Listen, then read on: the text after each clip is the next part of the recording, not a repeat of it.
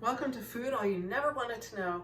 And we did look at a few of the tomatoes this year in the greenhouse, in the hoop house, but there are some that were outside and a few that were in the hoop house that we didn't get a really close look at.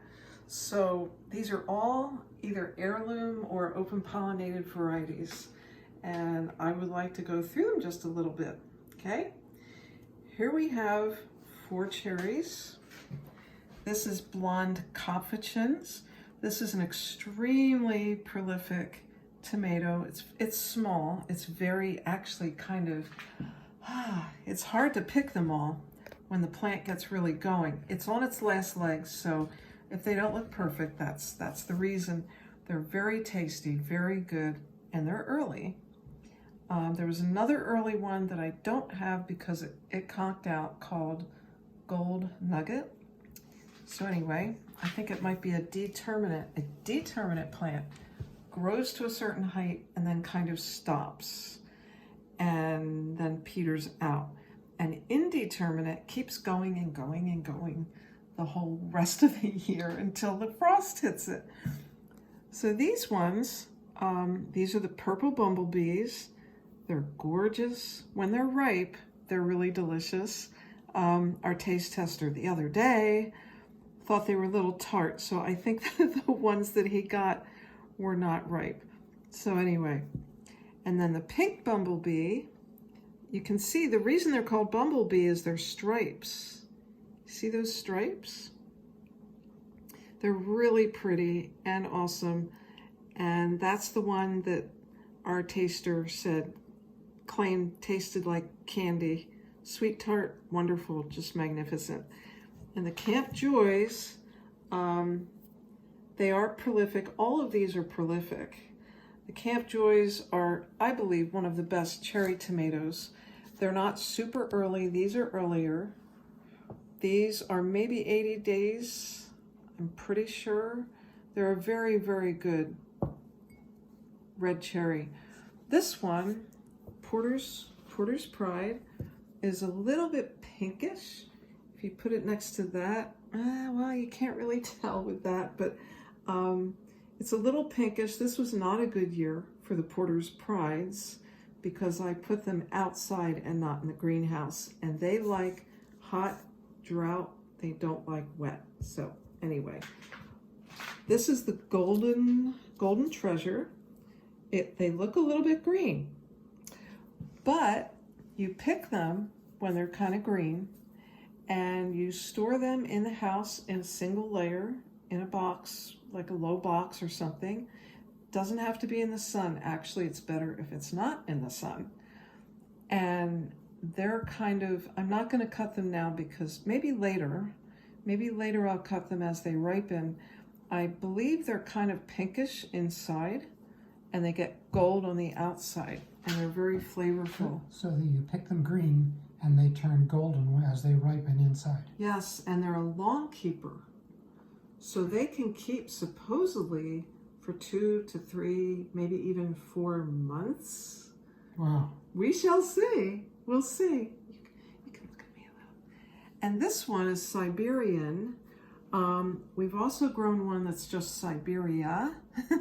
So this was the first year with Siberian.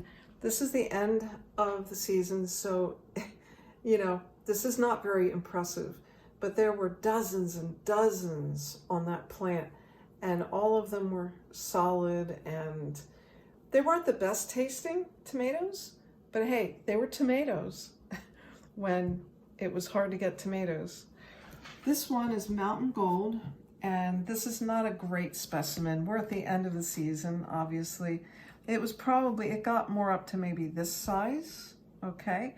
So they do get big, they're solid, they're firm, they're meaty, and they didn't crack very much. They had a nice flavor. Not the most super fantastic, but I'll tell you, when you have a year when all the other tomatoes are splitting, it's really good to have a tomato that's solid, that you can put on a sandwich. So this one, we have another one over here that we're probably gonna cut. I think we'll cut this one instead of that. These were in the hoop house, and these are the Dagma's Perfection, okay? and they are spectacular in the hoop house. They did okay outside. If they get too much rain, they will split. There's a little split there, and I'm going to show you that one in a minute because we're going to cut into that, see what it looks like inside. This one is an Italian heirloom. They do get bigger than this. This is the one that I mentioned is very good if you cut the stem end out. It did split a little, as you can see. You cut the stem end out, you dry it, you wash it, you dry it, put it in a freezer bag, and when you take it out of the freezer, you run it under warm water, and the skin slips right off the tomato. You can do that with any tomato. I wouldn't try it with cherry tomatoes. That would take forever. But any decent tomato, if you cut the stem end out and you freeze it like that, put it under running water, it'll come right off. Then you can use it in cooking. And this was a good one. We made stewed tomatoes out of this one, and it was delicious. Okay, this one is called Green Zebra, okay? Now, if somebody gives you one that's that color and says that's Green Zebra, that's not ripe, okay? It shouldn't be green in the little shadows. It should have a little yellow tinge, okay? And this one is not the best specimen, again, because we're the end of the year, so it has a couple little specks on it. But we're gonna cut into that, see if the color inside is what it should be. This one, this is Dwarf Snakebite. As you see, it's a nice size, but they were not terribly prolific for me. Now, I only had 2 plants, and they may have been in a spot that wasn't great. They're supposed to be tart, like have a lot of zing. So far, we haven't seen that, but these 3 we're gonna cut into. See if you can see the colors that are inside, okay? So this is the Green Zebra. It is actually green inside. And a lot of people love the flavor of this tomato. This has a lot of taste. It's a very, very good tomato. Not huge, obviously, but sometimes that's not what matters. Okay, this is the Dagma's Perfection. It's usually yellow. It's slightly underripe there, so I'm hoping it's good inside. It has a pink blush on the outside bottom, the blossom end. This is where the flower fell off the tomato, okay? So I'm gonna cut into this one. Okay, it has a little color there. Usually it has a little more color. You can see that a little bit on this side. So it's a little pink. This tomato is delicious. It's not too acid of a tomato. So if you don't want too much acid, try Dagma's Perfection. It's really worth trying. In the hoop house, it did fantastically. Okay, Dwarf Snakebite. It's a beautiful color. Let's see. This has been sitting on the counter for a week. So let's see what it, oh my goodness, that's beautiful, isn't it? Oh my goodness, not too many seeds. If you were gonna seed save this would be a little difficult. Oh wow, you'd be hard pressed to find seeds. This is one of the tomatoes done by the Dwarf Tomato Seed Project. I forget exactly what it's called, but it's part of a group that is trying to breed new varieties of vegetables that will not ever be allowed to be patented. If you didn't know that seeds for vegetables can be patented, I don't think it should have happened.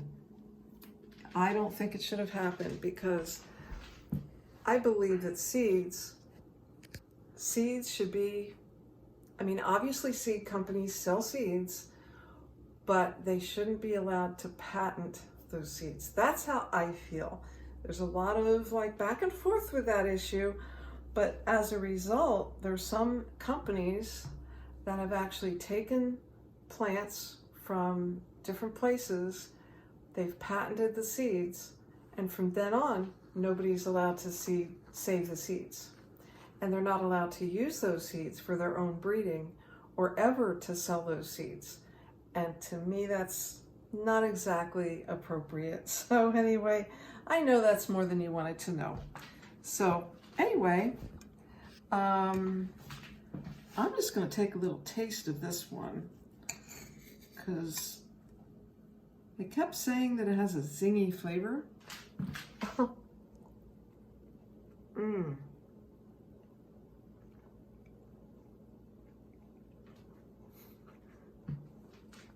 I don't know about zingy, but it's nice.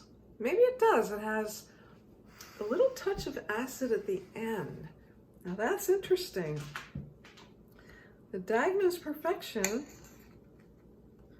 See, that one's a little easier to seed save. And actually, I did seed save from a couple of these. Sorry, because they do have a good amount of seeds. I'm just going to give this a taste. Very juicy. Nice and mild. Okay. And the green zebra.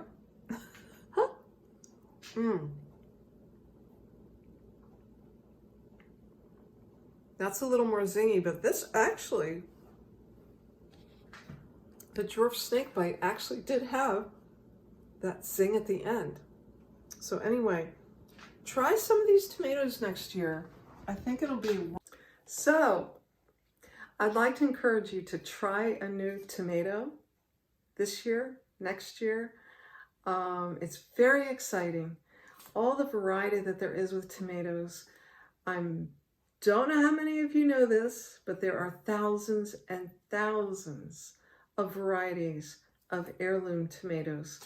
And you can try, maybe not the thousands and thousands, but maybe next year you can try one new one, or two, or three, or like 20, like I did this year. Anyway, thank you very much. This is Food All You Wanted to Know, all you never wanted to know. Signing off.